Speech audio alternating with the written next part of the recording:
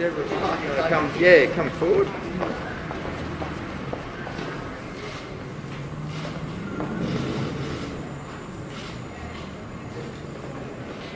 Good afternoon, everyone, and it's good to be here with Margaret Shield and Deborah Terry from QUT and the University of Queensland, respectively, and as Vice-Chancellors representing all of the Vice-Chancellors here in Queensland. They are joining me in welcoming the good news about the return of international students to Queensland, which is a great news for Queensland's economy and the Palaszczuk government's COVID economic recovery plan. We've taken the important step today in bringing international students back to Queensland by sending our student arrival plan to the federal government. 2022 is the year of rebuilding Queensland's recovery of our international education sector, a sector that is so important for the state, a sector that before the pandemic was our biggest export services industry, delivering $5.8 billion to the Queensland economy and 27,500 jobs.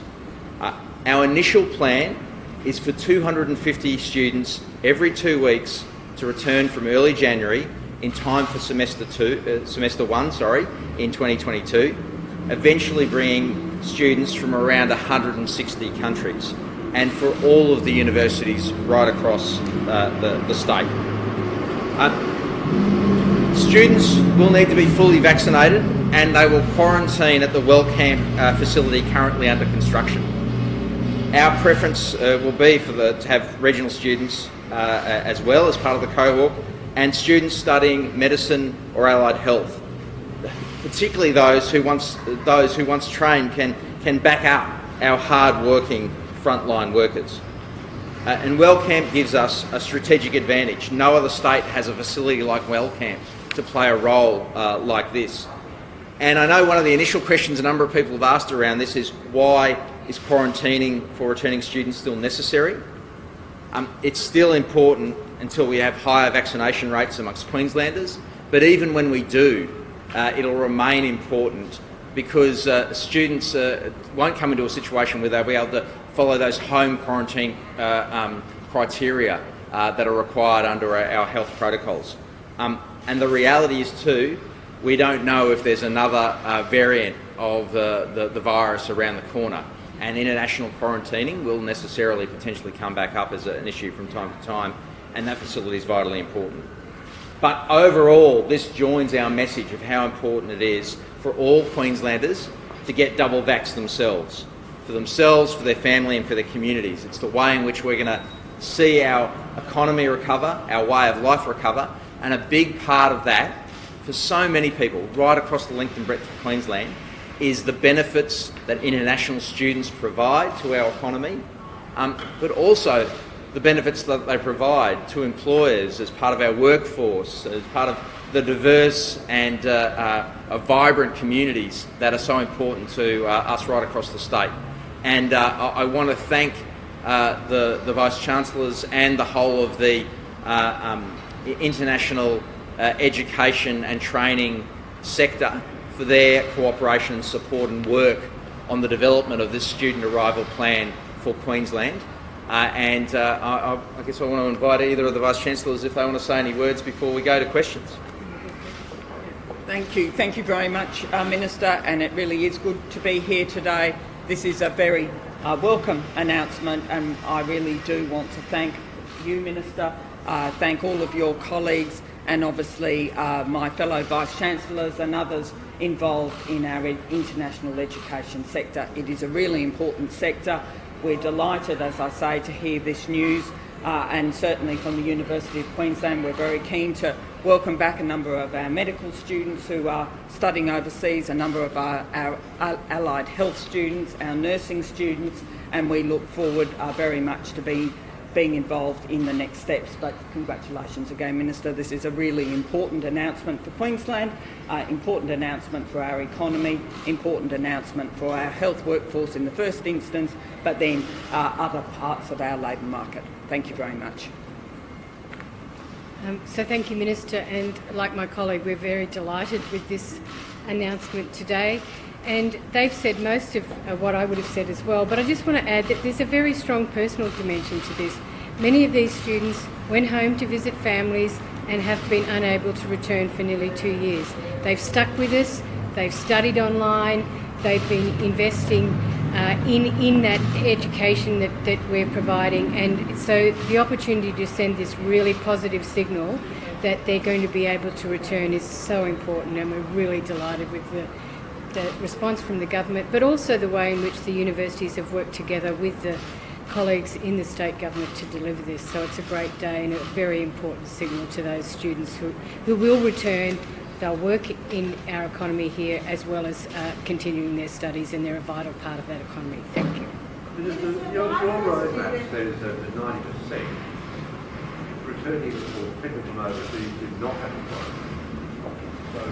And when we are at 90%, that is a matter that we'll have to contemplate. This student arrival plan is in line with the requirements and the criteria that are set by the Australian government, and they're in line with similar requirements. There's quarantine requirements in all of the student arrival plans that other jurisdictions in Australia have at the moment. So this looks like a mission that we're not going to get 90%, you know. No, not at all. It's being prepared for the situation we're at right now, and the requirements under the Australian government's requirements for the criteria for the development and submission of a student arrival plan included a requirement around quarantine. Those arrivals that you're talking about in terms of international arrivals are around Australians returning under those national requirements, not necessarily about international citizens returning. So depending on this, in 90 set in December, interstate arrivals won't need to quarantine when they come to Queensland. Why would an international student spend 2 weeks locked up in a facility in Toowoomba when they could be holidaying in New South Wales or Victoria? Well, under the student arrival plan requirements from the Australian government, they would have to, and those interstate jurisdictions as well. If those changes happen from the Australian government, then that's something we've got to work on and respond to at that time. So if this plan isn't set in stone, depending on vaccination rates, it could completely change before January? Well, I'd love to see a situation where we have those vaccination rates at a stage where that means that we do have that opportunity to have that discussion. But at this point, this is a student arrival plan that's based upon the requirements of the Australian government. But once we hit the 90% though, like these international students, they won't be welcome. No, the 90%, as I said before, on those roadmaps relates to returning Australians. It does not, as I understand it, relate to international arrivals completely. But once we have those requirements from the Australian government, we can respond to those changes. But do you think that plan makes Shadow sense? that will happen in January anyways. Sorry, Lydia, I The missed. Prime Minister's already foreshadowed that international students will be able to return in January anyway. And the foreshadowing has been on the basis of these student arrival plans that the Australian government have required of us. Would you prefer though that they didn't have to quarantine at welcome? Oh, They could look, just come straight I'd in? prefer that we don't have a virus that's impacted upon this sector, impacted upon our economy in every sense whatsoever. But we've got to have a safe return, and that's what we'll do, based upon the advice and based upon the requirements that are placed upon us by the Commonwealth. I'd love to have a situation where there was none of this required, but that's not the situation we're in now. I hope it is a situation that we're in soon. The Federal Tourism Minister has said he'd like to see Queensland allow international arrivals back into the state once we hit 80%, similar to what's happening in New South Wales. Will you consider that? Our roadmap is clear that it's around the 90% being the point which we contemplate those sorts of things, but first and foremost, we want to see the appropriate return of interstate, our interstate friends being able to travel to Queensland. I know that many people in the state are looking forward to that. That's our highest priority, but the roadmap provides that pathway to the return of international visitors as well at the right time. And how will this group be chosen? Will they be same country, different countries? Obviously, available flights have been an issue for people stuck overseas. Well, the plan involves a whole lot of working closely with our partners in the sector, particularly obviously in the first initial instance, obviously the universities, and the work to return those students that are currently students in Queensland. So that's the cohort that comes first, and working through with them about identifying who the appropriate people are to be as part of those initial cohorts. And I want to thank all of the Vice-Chancellors and through them all of their teams for the great work that they've done with the Queensland Government to develop this plan and to be ready to operationalise it. Are you confident the federal government will approve the plan? Have you only submitted it this morning? They have been looking forward to it and hungry for it, so I hope that they'll be approving it very quickly. Of course, there's been ongoing work done between the Australian government, between the Queensland government and the Australian government and our partners in this process to keep communicating things. So I don't think that they'll be finding anything there as of any great surprise. But I look forward to it being approved as quickly as possible. And the Premier announced that the government will be back in Wellcamp at the end of August. Why is it taking 2 months just to secure the plan? The Wellcamp wasn't it's a very important piece of this puzzle to get these arrangements right, but it wasn't the only piece. There's a lot of moving parts in making sure that we have a safe return and a safe return of international students. And it's been great to work with the Chief Health Officer and her team in the assessment of this process as well. And who will cover the costs? Is it the students or the universities? So it will be a cost recovery system. One of the great advantages of the Wellcamp proposal is that makes this a much lower cost for quarantine restrictions, the quarantine requirements, I should say, compared to other jurisdictions in the state. So this makes it more attractive, but it will be borne by the users. If the universities want to subsidise some of that, that's up to them. But I understand that most of the proposals are around the cost being borne by students, as they are with any costs associated with international students. Can I ask one of the Vice Chancellors a question, please? Are you confident that international students, the market will bounce back after COVID? And is there any concerns about the geopolitical tensions with China and its impact on that market? We've obviously been monitoring very closely our interest in our courses. I mean, Australian education, higher education, has a great reputation internationally, and we are continuing to see high numbers of applications coming forward. Like my colleague Professor Shield, we are really keen to welcome our international students back to Brisbane, to Queensland. Many of them have been studying offshore online. That is not the experience they signed up to, and so we're really looking forward to welcoming them back. So you're confident it'll bounce back and continue on? Well, certainly our application numbers are holding up, but I think this will be very, very welcome news, and we're certainly communicating widely with our students this afternoon. And just on the geopolitical tensions with China, do you have any concerns about that? We continue obviously to monitor our student applications very carefully, and as I say, they continue to be holding up. Okay, Ryan, I just have a question for Vanessa. In terms of the students have to be fully vaccinated, what vaccines have been fully approved under the scheme, and will the Chinese vaccine be? Yeah. So my understanding is that the requirement in line with the Commonwealth's requirements are that they are vaccines that are approved for acceptance here in Australia, not approved for